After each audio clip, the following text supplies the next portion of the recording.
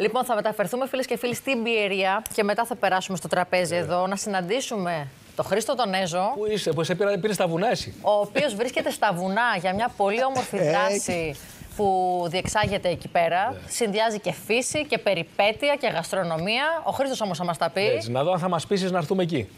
Σ' ακούμε.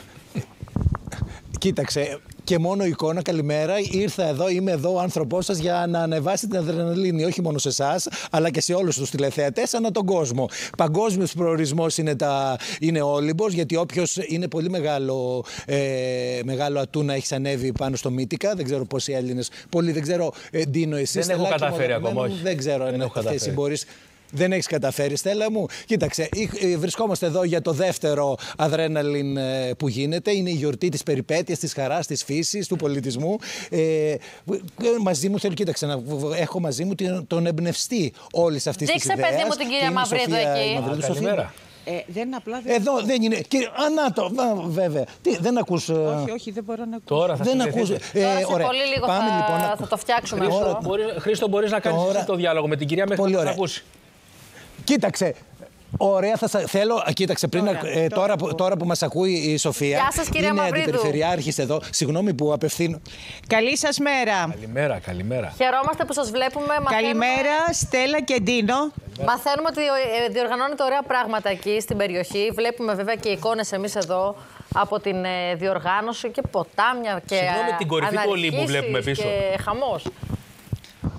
Ακριβώς αυτό βλέπετε, ακριβώς, και αν δείξει, έχει χιονίσει. Θέλω να σας πω ότι αυτή τη στιγμή είμαστε στο λιτόχωρο και έχουμε γύρω στις 6 με 7 βαθμούς θερμοκρασία. Αλλά όμως η αίσθηση είναι ότι είσαι 12-15 και λέω στη Σοφία.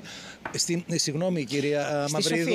Λέω στη Σοφία ότι γιατί τόσο κρύο δεν κάνει κρύο καθόλου. Μου λέει δεν έχει υγρασία. Οπότε το κλίμα είναι. Το πρόγραμμα τι περιλαμβάνει σήμερα, Χρήστο, πες μας.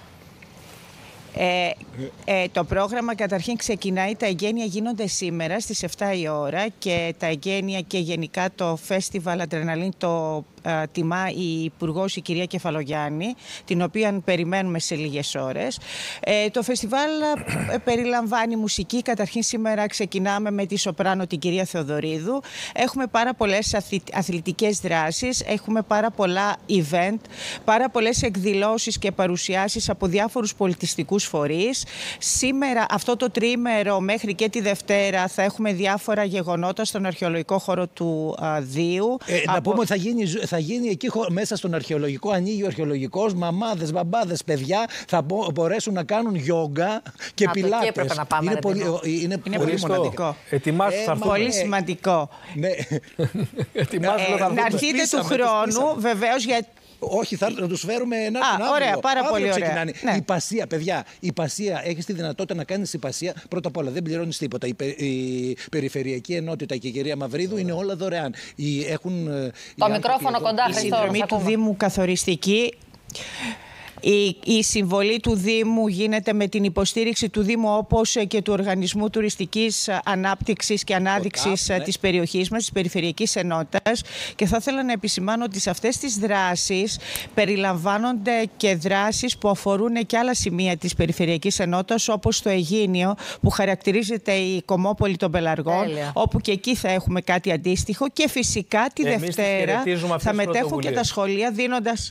Και αυτό που λέτε για τα σχολεία, εμείς κοιτάξτε, αερολέσχη Πιερίας. Εδώ θα μπορέσουν κάποιοι τυχεροί να πετάξουν. Μην τα πούμε όλα, να έρθουν οι άνθρωποι εκεί να τους έχετε και καμιά έκπληξη. Λοιπόν, σας ευχαριστούμε πάρα πολύ. Έχει πολλά. Φιλιά, καλημέρα σας. Να περάσετε πολύ ωραία. Χάρηκαμε πολύ.